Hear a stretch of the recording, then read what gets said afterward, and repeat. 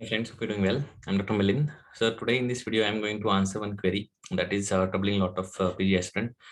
That a lot of students are targeting only NEET PG, and INICET is there on the way, like it's on 8th of May.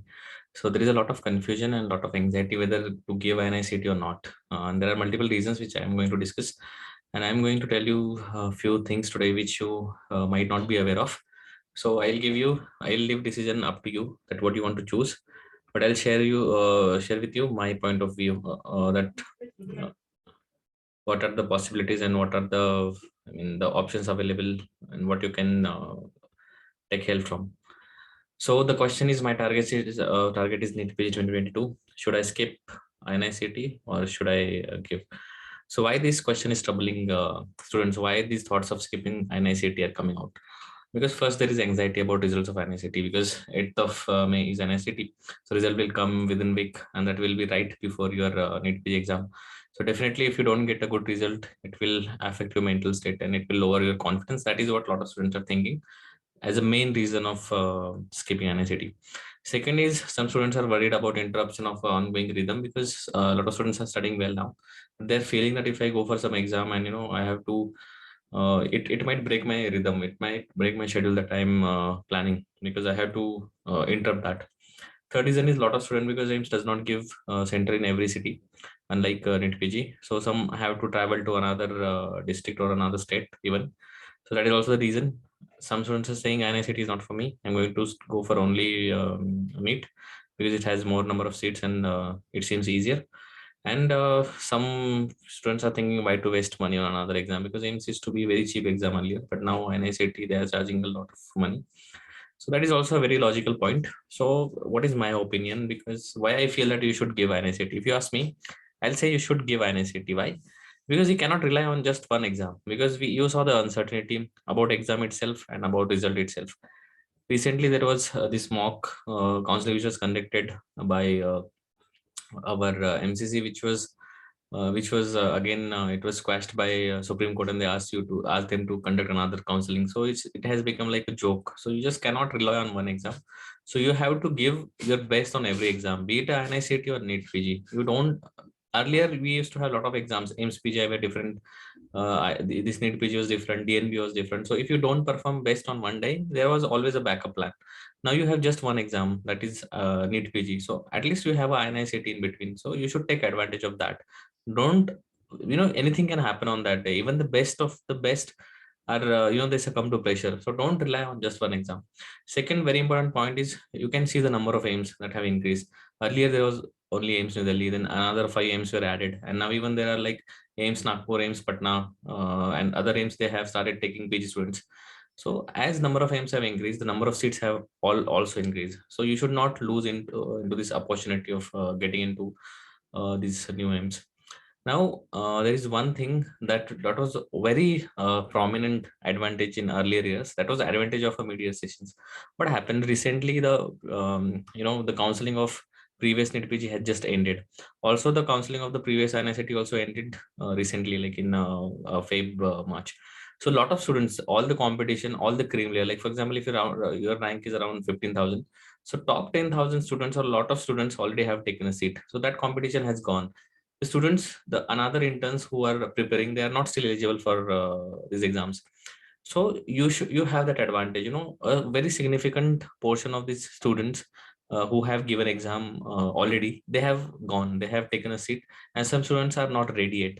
So you get that advantage. So it used to, even in my times when I wrote my PG entrance, we used to take advantage of this mid-year session, because it is always a, that one opportunity that you get, that extra opportunity, extra advantage you get. Second, even if all these reasons don't work for you, consider it as a genuine mock exam, like just another mock exam, because you will know it will be a genuine result you'll get, because all students who give INICT, they give it with a good intent. So see what are your mistakes you are doing. Like for example, if you are facing, like while giving exam, you will have a real exam like environment. So whether you are doing the recall mistakes or you are unable to understand, because even NEET PG now has, it is matching their questions with AIMS. A lot of clinical questions are being asked. So at least it will be a kind of genuine mock exam, even if you want to give it just like exam. And even if you are one advice that I would like to give you, that even if you're anxious about the result, The exam is on 8th. Result will come in 1 week around 14th, 15th of May. And just in a 1 week, you have your NEET PG exam. So don't see result until your NEET PG exam is out. So it will not give you any anxiety. You give your NEET PG exam, and as soon as you're out of your exam hall, then you check your INI result. So that is always a possibility. But skipping INICET because of the said reasons, I don't think it's a very wise idea. So I'll just propose a simple plan for those who are, let me tell you that this plan is not for someone who is very serious about INICET. This is for someone who is targeting NEET PG, but who wants to give best attempt in INI. So what you can do, like whatever subjects you are planning till 8th of May, so plan your rank building. As we know that this INI exam is basically concentrated upon your basic sciences, and it try to seize your basic sciences understanding. So plan your rank building subject in next 1 month till 7th and 8th of 7th of May. Along with that, two subjects which are important from the large subject are your big four are your obs surgery, where a lot of questions from these being asked in previous sessions. So you can make schedule in such a way that you arrange your anatomy, physio, biochemistry, then pathopharma, micro, PDF are also important along with obs in next 1 month. And what can you do for short subjects? See, short subject you will see there are not a lot of new questions are being asked. The same questions in a different manner they are asked repeatedly. So what you can do that you all are doing the questions practice. So what you can do that you can plan your short subject. Last 5 year previous year questions with explanation. You have to they should be on your fingertips. So these subjects get covered. So you know the answer of all the questions that were asked in last 5 years, and the similar kind of topic will be repeated, that you can be sure for all these small six subjects, that is your psychiatry, radio, ortho, anesthesia, forensic, and skin, that is dermatology. So you can combine these two notes of your rank building subject along with notes of your obs and surgery, and plus previous year questions of all the short subject. So you can plan this for next 1 month, and then after you need after your INI is over, then you can read the notes of your short subject which were left, and you can medicine and PSM, and you can face your NEET PG. Plus one in the bottom, I have given one star mark that if you can, USMLA first aid, you can read 4 pages daily.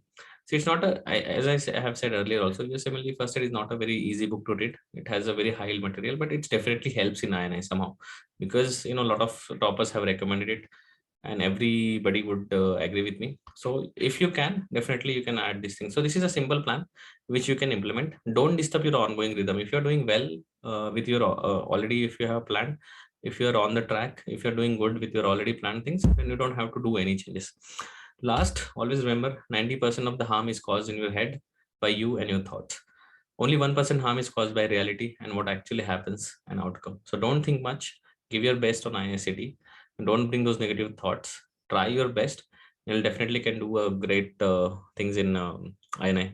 So that's all, guys. That's all I wanted to share with you. So don't feel that negativity. We all go through the same same journey.